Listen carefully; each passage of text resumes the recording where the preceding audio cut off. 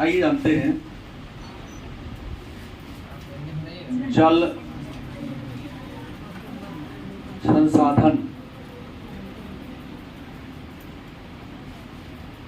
जल प्रकृति के द्वारा मानव को निःशुल्क दिया गया एक उपहार है। जल जो हाइड्रोजन और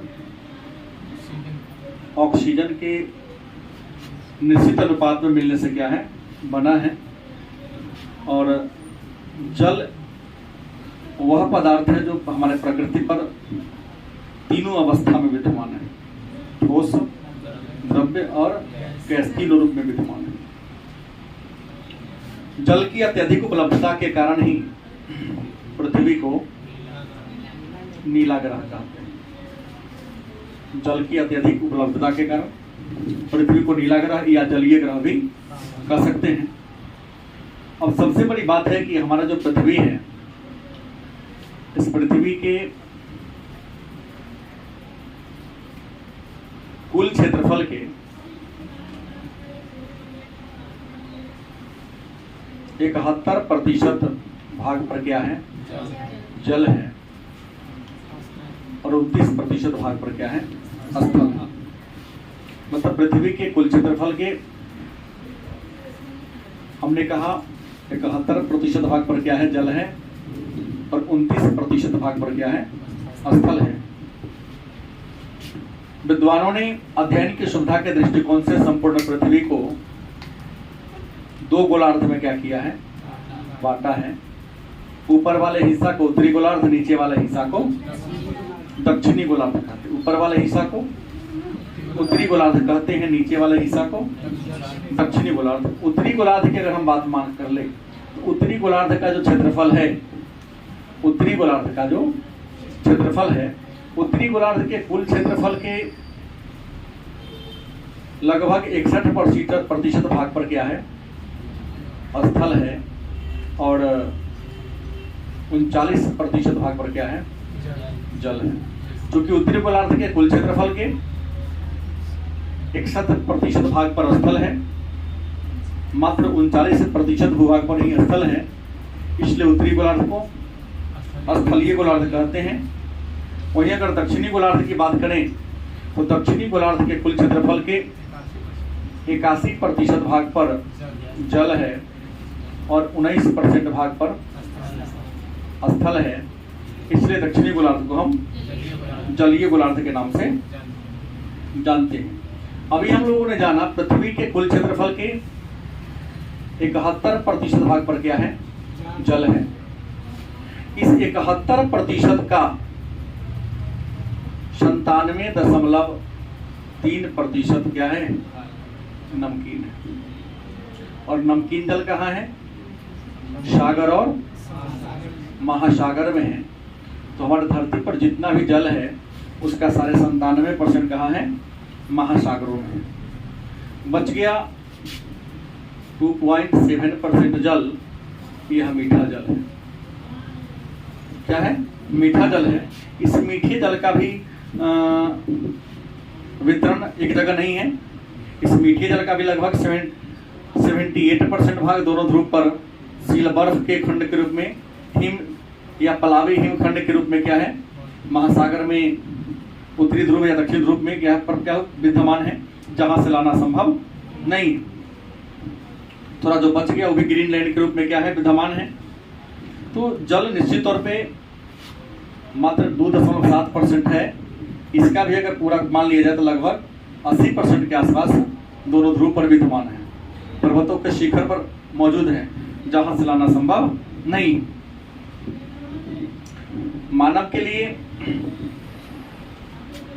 पीने के लिए अगर बात करें तो मात्र 0.001% जल ही पेयजल है, जो मानव को पीने के लिए क्या है, उपलब्ध है। तो जल की मात्रा कम है, इसलिए आने वाले दिनों में जल दुर्लभ संसाधन के रूप में क्या हो जाएगा, गिना जाएगा।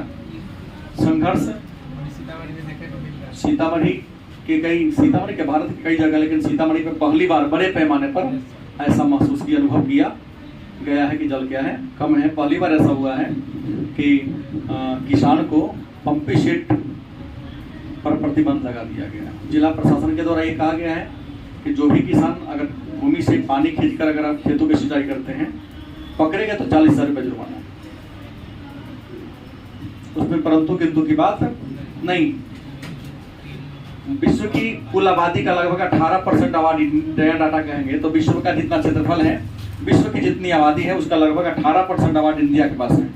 और विश्व में जितना पीने के लायक वर्षा जल है, विश्व में जितना पीने के लायक मीठा जल है, उस मीठा जल का मात्र 4% जल इंडिया के पास है।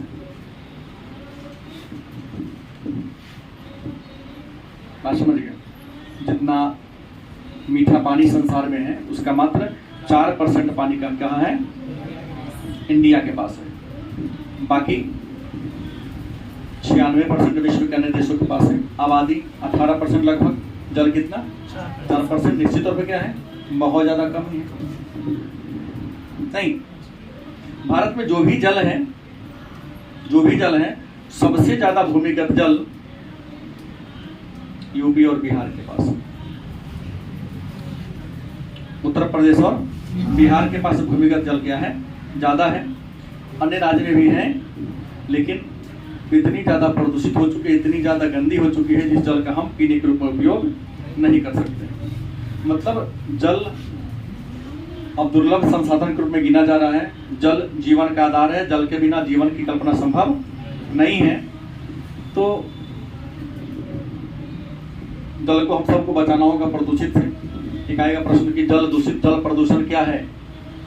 जल प्रदूषित होती जा रही है, तो जल प्रदूषण क्या है। तो जल में अवांछनीय और हानिकारक पदार्थों के मिल जाने से जल की गुणवत्ता में क्या जाना, ह्रास हो जाना। जल में अवांछनीय और हानिकारक पदार्थों के क्या होने से, मिल जाने से जल की गुणवत्ता में क्या जाना, कमी आ जाना, जल प्रदूषण कहलाता है। और जल प्रदूषण के लिए जिम्मेवार जो कारक है वो इंसान ही है। मानव और मानव की बढ़ती हुई भौतिक आवश्यकता और मानव के क्रियाकलाप एक्टिविटी ही जल प्रदूषण के लिए जिम्मेवार क्या है, कारक। अब प्रश्न है, भारत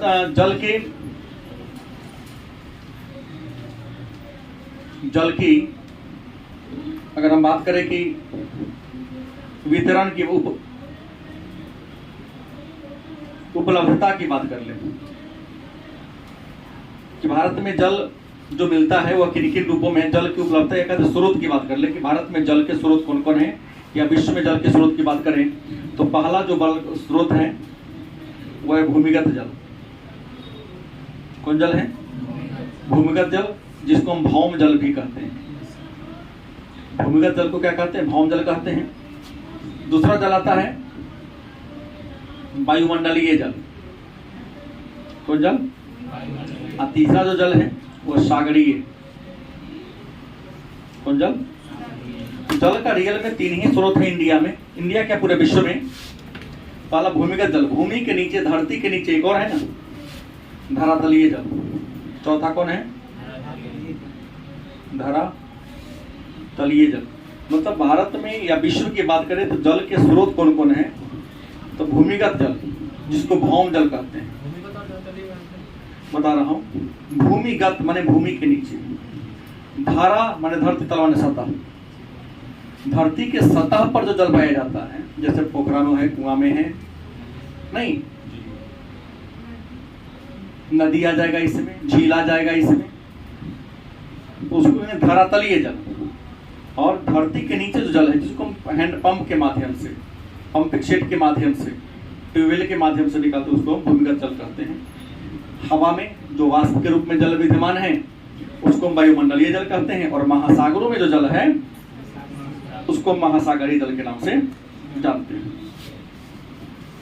भारत में जल की उपलब्धता की बात करते हैं तो भारत में इंसान पीने के लिए सबसे ज्यादा भूमिगत जल का ही क्या कर रहा है, उपयोग कर रहा है। बात समझ गए।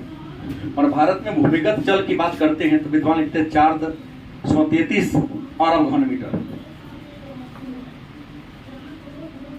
अरब घन मीटर। लेकिन आज भूमिगत जल या भौम जल क्या होते जा रहा है, घटते जा रहा है। मन में प्रश्न होगा कि भूमिगत जल के घटने के पीछे रीजन क्या है। भूमिगत जल क्या हो रहा है, डाउन हो रहा है लेयर। क्यों? इसके लेयर के डाउन होने के पीछे रीजन सबसे बड़ा है वृक्षों की अंधाधुंध कटाई। क्योंकि वृक्ष की अंधाधुंध कटाई होने से क्या हो रहा है कि जलवायु में बदलाव हो रहा है, इसलिए समय पर बारिश नहीं हो रही। और दूसरी महत्वपूर्ण कारण है, सबसे ज्यादा महत्वपूर्ण कारण शहरीकरण का बड़ी तीव्र गति से विकास हो रहा है। इस शहरीकरण के विकास के कारण हम क्या कर रहे हैं कि हम जो भी दिशा में देख रहे हैं घर बन रहा है, लोग अपने घर के चारों बगल अगल बगल पूरे पक्का पिटवा दे रहा है। गलत सही। अब भाई भूमि के अंदर जल कहां से जाएगा? समुद्र का जल थोड़ी खींच के चलाता है। एक पीछे रीजन है, जो वर्षा होगी जमीन खाली होगा। गलत सही। जमीन यदि खाली रहेगा तो क्या होगा? वहां जल जमा होगा। क्या होगा? जल जमा होगा। जल जमा होगा तो धीरे धीरे अड़ीस कर धरती खत्म हो जाएगी, वही ना लेयर बनाएगा। आज सोचिए ना, सरकार ग्राम पंचायत के माध्यम से नरेगा या मनरेगा योजना कार्यक्रम हर गांव में पोखरा खनवाने का प्रयास कर रही है, खनवा रही है। क्यों पोखरा खनवा रही है? तो पोखरा जब खनाएगा तो वर्षा होगी, तो वर्षा का सारा पानी कहाँ जमा होगा? पोखर में जमा होगा। पोखर में जमा होगा तो क्या होगा? धीरे धीरे अड़ीस कर कहाँ जाएगा? वो जमीन के अंदर जाएगा। तो भूमि का सतह क्या रहेगा? बना रहेगा। ऐसे वर्षा होता है। ऐसा अनुमान है कि भारत में प्रति वर्ष 130 सेंटीमीटर भौम जल की आपूर्ति वर्षा के दौरान होता है, लेकिन वर्षा हुआ नहीं। अगस्त महीना आने वाला है, जुलाई आधा पार हो गया, आज तक प्रचुर मात्रा में एक दिन भी बारिश उतना हुआ है जिससे डस्ट धूल कण शांत हो सके। किसान खेत में धान लगा दिया, चिल्ला चिल्ला के खेत में रो रहा है कि अब कहां से आएगा, खेत में दरार फटते जा रहे हैं। हालांकि सरकार को इस पर ध्यान देने की जरूरत है। नहीं, माननीय अटल बिहारी वाजपेयी ने भारत नदी जोड़ो अभियान चलाया था। बड़ी महत्वाकांक्षी योजना थी कि नदी के पानी को, जितनी भारत की नदियां हैं, उत्तर दक्षिण भारत सबकी नदियां, सभी नदी के आपस में क्या कर दिया जाए, इससे बहुत बड़ा फायदा होगा। हालांकि कुछ नदियों को जोड़ने के बाद जोड़ा भी गया है कि नदी का जो पानी है, उत्तर भारत की नदियां सदा नीरा है, 12 मासी है। दक्षिण भारत की नदियां क्या है? मानसूनी है या बरसाती है। वर्षा पर निर्भर सभी नदियां क्या होगी? एक दूसरे से जुड़ जाएगी। तो सब नदी का पानी घूमते घूमते धरती पर चारों तरफ घूमेगी। नहीं, इसका पानी समुद्र में नहीं जाएगा, तो सभी नदी में सालों भर पानी का रहेगा, प्रचुर मात्रा में रहेगा। नदी में पानी रहेगा तो रिस कर कहाँ जाएगा? नहीं। और लोगों को सिंचाई करने में क्या होगी? दिक्कत नहीं होगी, सहूलियत बना रहेगा। लेकिन यहाँ तो सारा काम राजनीति से होता है। भारत की सबसे बड़ी बुराई है। जैसे वो जो काम कांग्रेस अपने रीजन में की, वो बहुत अच्छा योजना था, लेकिन और वो योजना अटक गया। किसी कारण से कांग्रेस की सरकार क्या होती है? गिर जाती है, अन्य पार्टी की सरकार बनती है, वो पार्टी उसी काम को आगे बढ़ाएगी, नहीं तो खराब काम हो गया। भारत की राजनीति की सबसे बड़ी विशेषता कह सकते हैं कि जिस काम को मैं किया वह काम उस समय क्या था? सही था, और हमारी सरकार गिर गई, उसी काम को दूसरी पार्टी करेगी तो काम क्या हो गया? गलत हो गया। गलत सही। मैं अन्य उदाहरण नहीं लेता हूं, मैं उदाहरण ले रहा हूं निजीकरण पर। निजीकरण किस पार्टी की सरकार ने शुरू किया था? कांग्रेस ने। नरसिम्हा राव किसके ये थे? मनमोहन सिंह किस पार्टी के थे? नरसिम्हा राव प्रधानमंत्री, मनमोहन सिंह क्या थे? Finance minister. नरसिम्हा राव शुरू वही ना किए थे। लेकिन आज राहुल गांधी चिल्ला चिल्ला कर देश को सब बेच रहा है। खूब लोग कहते हैं कि मोदी ने तो ये बेच लिया, वो बेच लिया। भाई बेचने की परंपरा तो शुरू किया ना। उस समय न्यूज पेपर हाईलाइट नहीं था, मीडिया कमजोर थी, लोग पढ़ा लिखा नहीं, शिक्षा का स्तर कम था, गांव तक अखबार नहीं पहुंचता था, लोग को जानने का अवसर मिला नहीं। लेकिन आज तो जो पढ़ा लिखा नहीं है, अखबार भले ही पढ़ने ना आए, लेकिन मोबाइल के माध्यम से न्यूज को सुनता है, देखता रहता है। सरकार अब तो जो काम होते ही गूगल पर डाल दिया जाता है, भले सरकार तो दबा देती थी। गलत सही। भले ही करने के लोग कहते कि आज की मीडिया बिकी हुई मीडिया, लेकिन नहीं, सब मीडिया को खरीदने की आपकी औकात है नहीं। आप एक और कर देंगे और कहा जाएगा वो। तो भारत की राजनीति की सबसे बड़ी बुराई है कि सरकार चाहे तो योजना जल सूखने की समस्या से समाधान हो सकती है, लेकिन भारत की राजनीति जब बनेंगे, पॉलिटिकल साइंस लिए हो, बहुत बढ़िया से तुम पॉलिटिकल साइंस ईमानदारी से लाइन बाय लाइन पढ़ोगे, तो राजनीति कहती है कि समस्या को क्रिएट करो, क्योंकि समाधान मत करो, क्योंकि समस्या होगी नहीं तो राजनीति कभी करोगे। राजनीति मुद्दों पर चलती है, और जब देश में कोई मुद्दा नहीं रहेगा तो राजनीति नहीं होगी। इसलिए राजनेता खुद प्रॉब्लम क्रिएट करता है, चाहे वो सांप्रदायिक दंगा हो, जातीय दंगा हो, या किसी भी प्रकार की समस्या हो। बड़ा सुंदर किया आप लोगों ने राजनीति शास्त्र विषय, हाँ, लेकिन उससे भी सुंदर होगा जब लाइन बाय लाइन पढ़ेंगे, ऊपरे ऊपरे डीप में जाके पढ़ेंगे, तो रियल में राजनेताओं का चरित्र पता चल जाएगा। राजनीति वह नहीं है जो संविधान कहती है ऐसे चलो, राजनीति वह है जो राजनेता करता है। तो लेने पढ़ा दिया गया है, राजनीति कहते हैं किसे, राजनीति उसे कहते हैं जो राजनेता करता है। जो संविधान में लिखा हुआ राजनीति नहीं है, वो तो नीति केवल है जो कागज के पन्ना पर लिखा हुआ है। राजनीति तो रियल हुआ है जो धरातल पर राजनेता लोग दोहरा रहे हैं, करा रहे हैं। नहीं तो भूमिगत जल, तो पानी, धरती के जल को अगर बचाना है तो क्या करना होगा? एक सबसे महत्वपूर्ण बात ये करना होगा कि चूंकि आप देश के भविष्य हैं आप लोग, निश्चित तौर पे आज न कल अभी एक विद्वान ने कहा था ना, child is the father of man, बच्चा ही बच्चा का बाप होता है। तो जब भी घर बने तो निश्चित तौर पर दरवाजा पर पक्का कितनों पैसा हो मत पिटवाना, गंदा लगेगा तो क्या होगा? इतने बड़े बड़े रईस लोग क्या पक्का नहीं, लॉन पर घास लगवा देते हैं, गार्डन बनवा देते हैं, और यहाँ कम औकात वाले टाइल्स दूरों पर लगा देगा। खेत बस चलेगा, जहाँ धान लगा ना हो वही जगह खाली छोड़े ना, बारी खेतों में टाइल्स लगा देगा, तब पानी समस्या तो होगी। खूब सुंदर घर बनाओ, कोई दिक्कत नहीं, दरवाजा को कभी पक्का मत बनवाना, संभव हो सके दरवाजा के आगे 2-3 जगह बढ़िया सा बोरिंग करा के इतना मोटा सा, ताकि छत का पर वर्षा का जो जल गिरे पाइप के माध्यम से वही डाउन होगा, तुम्हारे घर के पानी कभी नहीं घटेगा। बगल में हैंड पंप हलवाओ, अब बगल में 2 फीट 4 फीट हट के क्या कर दीजिए।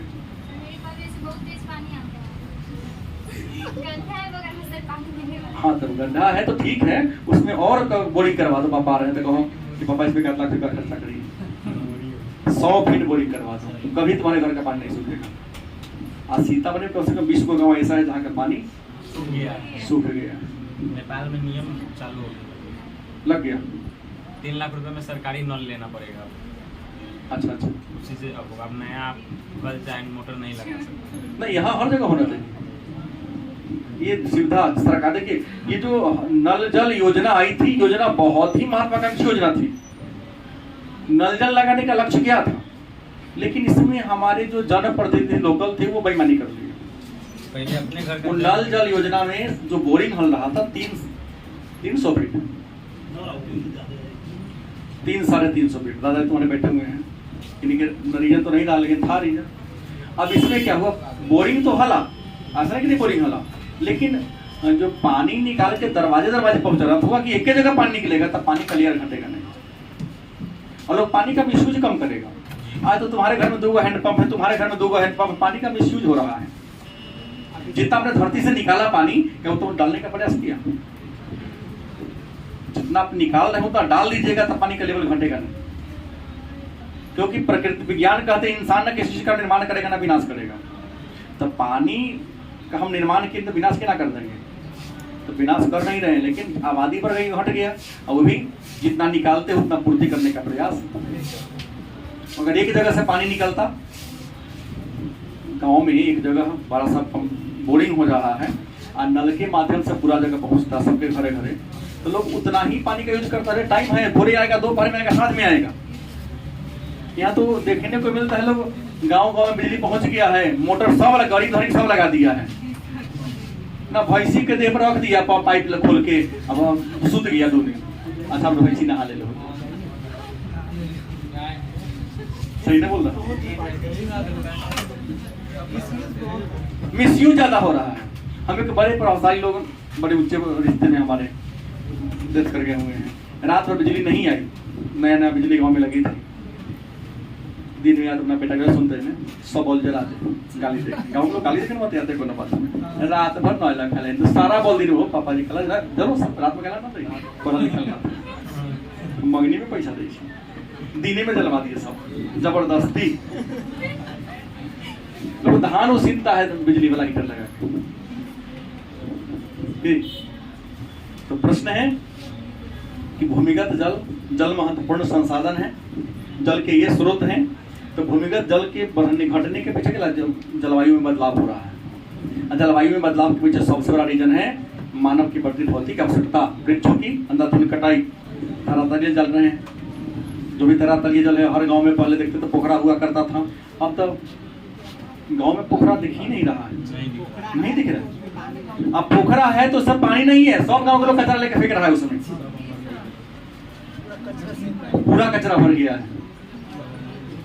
पहले हर गांव में 4 गो कुआं होता था, अब लोग कुआं केवल ब्याह शादी के लिए छोड़ दिया है। हाँ, कोई पूजा मटकोर के लिए चाहे शादी मटकोर के लिए, बाकी कुछ नहीं। हवा में जो जल उसको वायुमंडलीय जल कहते हैं, सागर में जल उसे क्या कहते हैं, सागरीय जल कहते हैं। प्रश्न है तो जल का सबसे ज्यादा यूज कहाँ होता है? तो पहले जान ले, इंडिया में जल की वार्षिक प्रति व्यक्ति उपलब्धता वर्तमान डाटा है इतना है मात्र। एक व्यक्ति के लिए हर साल मात्र 1800 पूरे इंडिया में कितने क्यूबिक जल इंडिया में हर साल इतने मिलने लगे। आबादी देख लो कितना बढ़ गया, बंटवारा करो तो बहुत कम पड़ेगा। तो जल क्या घट रहा है। अब प्रश्न है, जानिए है कि प्राणी के शरीर में मात्र कुल सब वजन का या कुल वेट का 65% क्या है? जल विद्यमान है। कुछ ऐसे वनस्पति है जिसमें तो 99% जल है, जैसे टमाटर में 90% से ऊपर क्या है? जल है।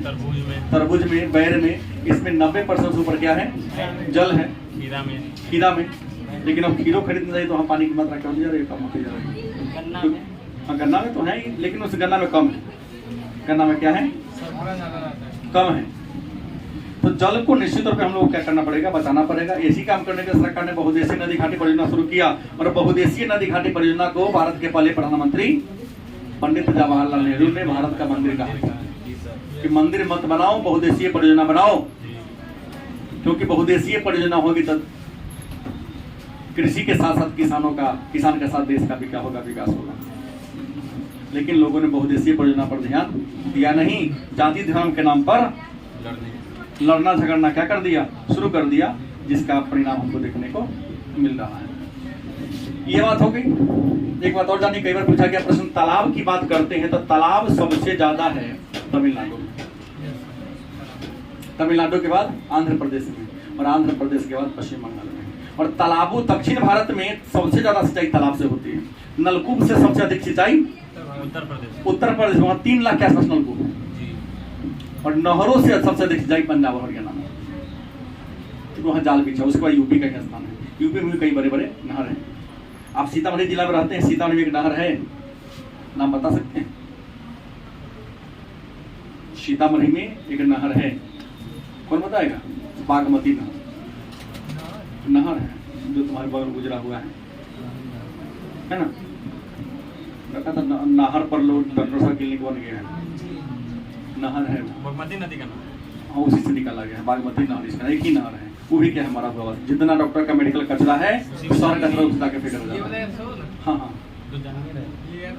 तो जानते नहीं थे ना? जानते थे, वो नहर था, लेकिन वो भी नहर मरणासन अवस्था में क्या हो गया है? पूरा कचरा